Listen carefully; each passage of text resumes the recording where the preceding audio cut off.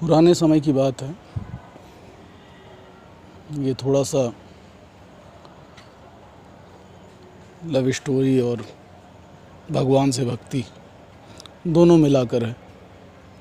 समझने वाले को है जो समझ जाए।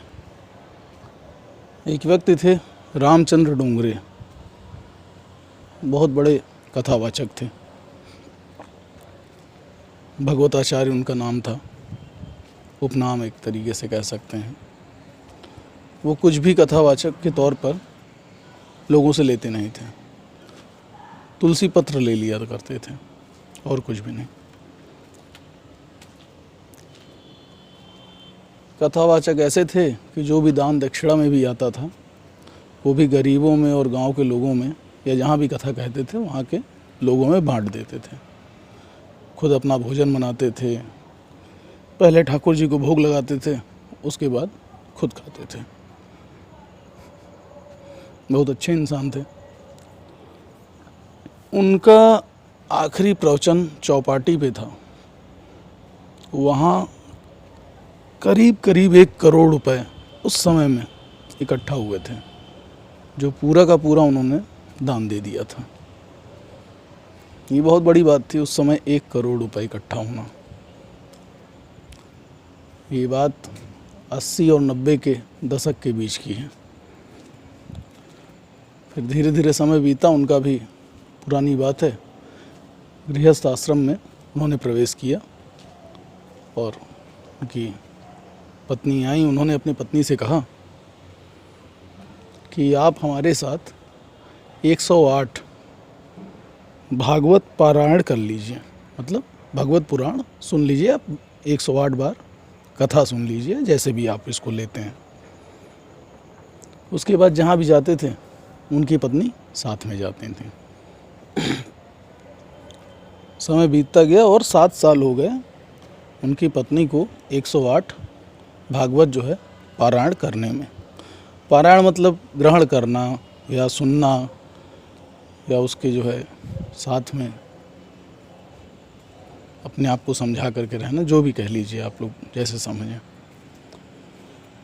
भागवत पारायण के बाद उन्होंने 7 वर्ष बाद जो है अपनी पत्नी से पूछा कि अब आप बताइए, तो मैं गृहस्थ जीवन में प्रवेश करने के लिए तैयार हूँ और हम लोग एक पुत्र उत्पन्न करते हैं।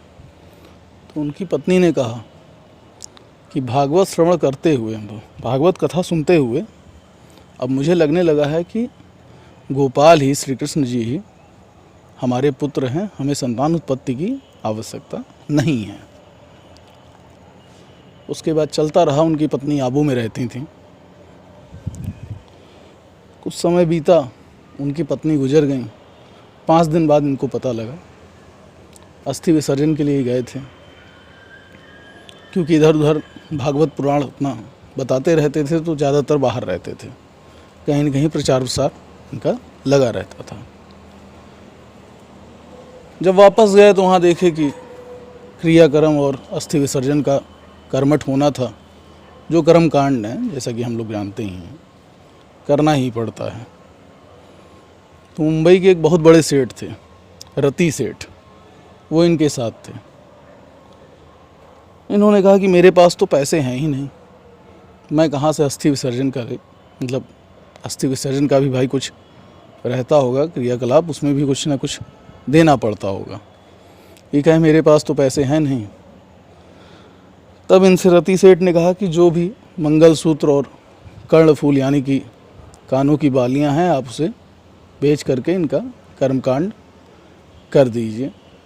और रति सेठ ने ये बात रोते हुए बताई कि जिस व्यक्ति के कहने पर लोग कुछ भी करने को तैयार थे, उस व्यक्ति के पास अपनी पत्नी का अस्थि विसर्जन करने का पैसा नहीं था। ना उन्होंने लिया किसी से कभी भी पूरे जीवन में। खुद ही बनाए खाए, खुद ही जो है सब किए हमेशा। और ये करीब बात है 1979-1980 के बीच की। इन्होंने महाकाल उज्जैन में कथा वाचना की थी। वहाँ करीब 16 लाख रुपए इकट्ठा हुए थे। 16 लाख रुपए उस समय की बात है। 1 करोड़ का जो टर्म था वो उससे पहले की बात है। 16 लाख रुपए इन्होंने पूरा का पूरा गोरखपुर के कैंसर हॉस्पिटल में डोनेट कर दिया। एक भी पैसा नहीं लिया और न कभी लेते ही थे।